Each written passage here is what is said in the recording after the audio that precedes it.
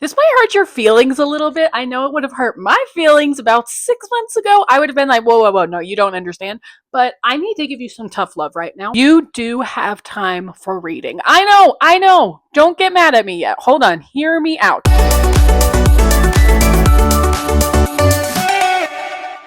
If you're anything like me, okay, let me speak about me, and maybe you will relate, maybe not. I was spending so much time scrolling my phone, and I always said I didn't have time for reading, right? I always thought I didn't have the brain capacity. I was like, okay, sure, my screen time is high, whatever, but like, I don't have the brain capacity to read right now. Scrolling, you could scroll mindlessly and it's whatever, but like to actually sit down and read a book, no, I don't have the brain capacity for that. We need to break that cycle of thought. I thought that for 6 years. 6 years since I had my son. Somewhere between balancing life and motherhood and being a wife and owning a house and having a job and having dogs and the mix and chaos of life, my brain got put on pause. I felt like I can't remember anything anymore. I'm not learning anything new. I'm just in survival mode.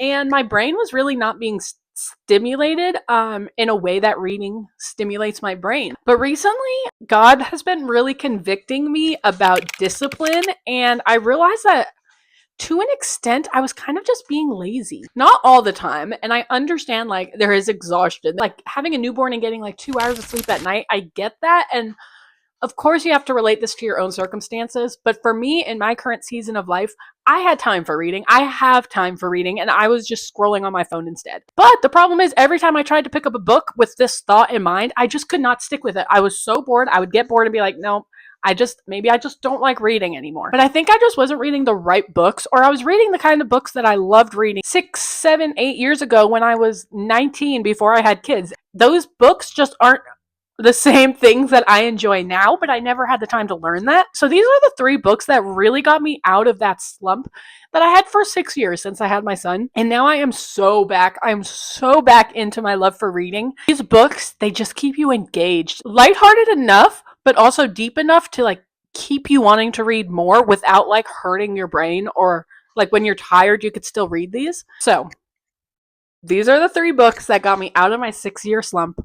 Let's get into it. The thing about discipline is it isn't about rigid perfection. It's about choosing what you want most over what you want right now. Opening a book every single day was my first small promise to myself. It wasn't about hitting a massive page count or anything. It was about proving to myself that my personal growth still mattered, even in the middle of a chaotic week. All right, I just got back from a friend coffee date, and you cannot beat a friend coffee date. Here is my watered down ice that melted on the car ride back home. But anywho, let's dive into book number 1, shall we? Now, this is an older book. It came out, when did it come out? I've heard a lot of people talk about this, and there is a movie for this, which is fun. Where is the darn copyright information? Okay, 2018 this came out. I remember this being on my Amazon wish list. Like, I saved this as like a to get one day book, and then I just never got to it. But when I was on vacation this summer, I went to a used bookstore type thing, and I was just looking for some kind of book to have on my vacation to pass the time when I'm relaxing. And so when I saw this, I recognized it. I thought, oh, this is a good time to get it, try it out. Y'all, this is the book. This is the book that like snapped me out of my slump, finally. I didn't even know if I was going to like it, to be honest. From the description, I was like, sounds kind of boring. It is Where the Crawdads Sing by Delia Owens. Now, this has a lot of controversy, kind of. I looked it up, and there's a lot of mixed opinions on this. I loved it. It focuses on this girl, our main girl, Kaya, and her family live like in the marshlands of North Carolina. They were seen as like the dirty outsiders. And her family abandons her at a young age, and so she's kind of left in the marshes to defend for herself and to raise herself. It flashes back and forth between what their modern day is, which I think is like 1960 or something, and back from when she was a child. And in 1960, she's like early 20s, and then it goes back to her childhood. And in the 1960s, where it starts, is that there's a murder. There is a body found, and we don't know anything about it. These 2 little boys found this body, told the police, and they start their investigation to try to figure out who killed this person. And then it flashes back to her childhood, and it shows her childhood, and it flashes back and forth. It's mostly like on her growing up journey, and it's like really emotional. It's really deep. It shows this little girl who's like left to fend for herself, and how she learns to make money for herself, and how she falls in love with nature and just like being by herself, and her being scared to trust people because her parents left her at such a young age. I feel like I'm slowly tilting here. And then we slowly get to see how she met this person that was later murdered and how she was in relation to this person and then how she becomes, I don't know how much I should say. I don't want to spoil it. It's really good because it's a mystery, first of all. So it really keeps you engaged in like wanting to find out who killed this person, how is this in relation to this little girl that's growing up, like what is the connection here? And yet it's also like a really deep emotional connection to this little girl who's growing up and just figuring out life and love and all the things. It's not a story I would typically go for. I like a cute rom-com. That's a lot of times what my go-to stories would be, and this is like a girl in nature in the 1960s or 50s or 40s, and I was like, it seems kind of boring. Guys, it's not. It's not boring. It's actually so good, and you have to give it a chance if you have not already, and then watch the movie after. So that is book number 1. Let's go on to book 2. When we think about chasing our dreams, we often think it requires massive, sweeping changes. But the thing is, most of the time, it's built in the quiet, ordinary margins of our everyday routines.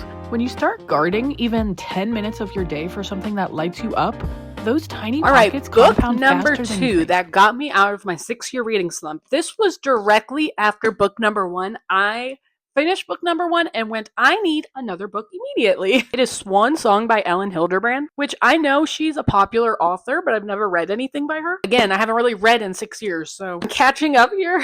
She's the author of The Perfect Couple, which I think is on Hulu, a show on Hulu that I watched. So when I saw that, I was like, ooh, okay, that was a good show. She probably writes good. This book, unintentionally, is similar to the first one in the aspect of it goes from the end of summer when we find out someone's house was burned and one of their staff members are missing and we don't know what happened to that staff member, and then it goes back to the beginning of summer and shows like how perfect everything was in the beginning of summer, and then it slowly goes back and forth between the beginning of summer and the end of summer to like build up to what happened. So it's really good because you get little bits of like, oh my gosh, it keeps getting crazier and crazier after summer. Like, how did this person come to not like this person? And how did this happen? And then you come back to the beginning of summer and it's like slowly taking you through. So it's really intriguing. It keeps you really engaged to like want to find out, how did this come to be? And how in the world is this the outcome? What happened this summer?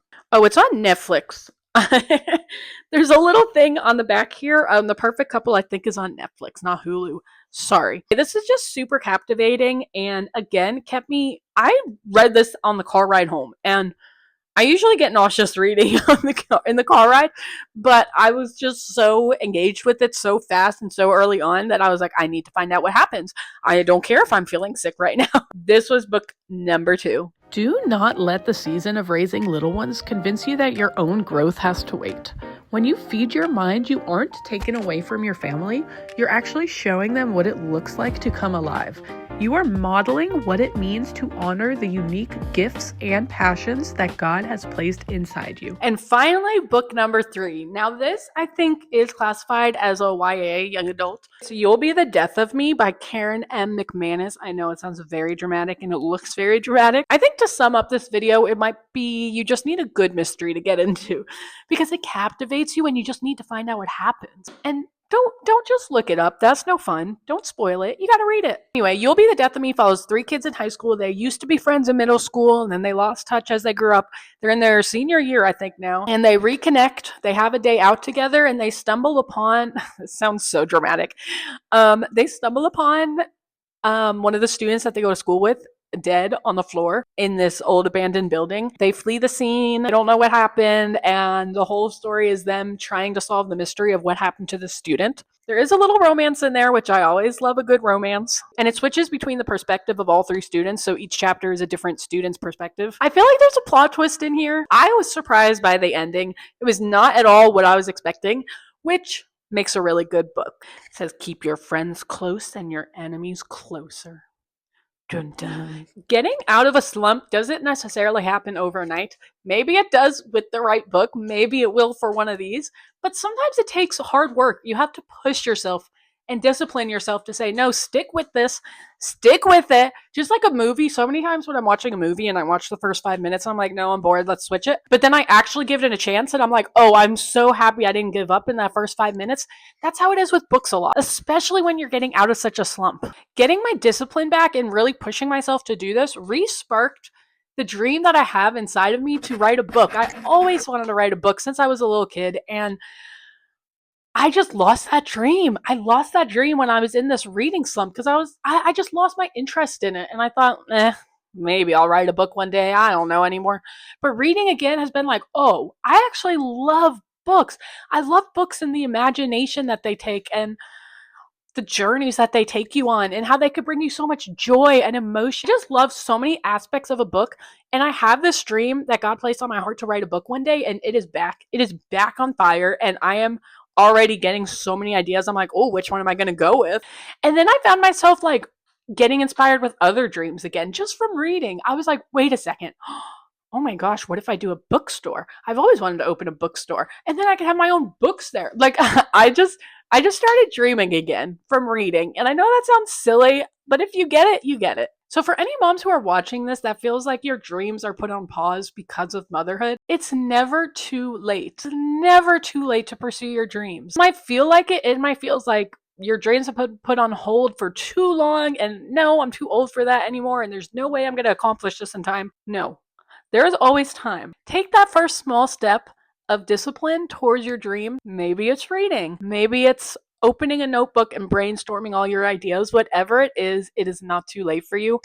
And I hope that in reading, you can get inspired and inspire your brain again. So don't forget to subscribe. I post videos every single Monday. Take one small step towards your God-given dream today, and I'll see you next Monday. Bye.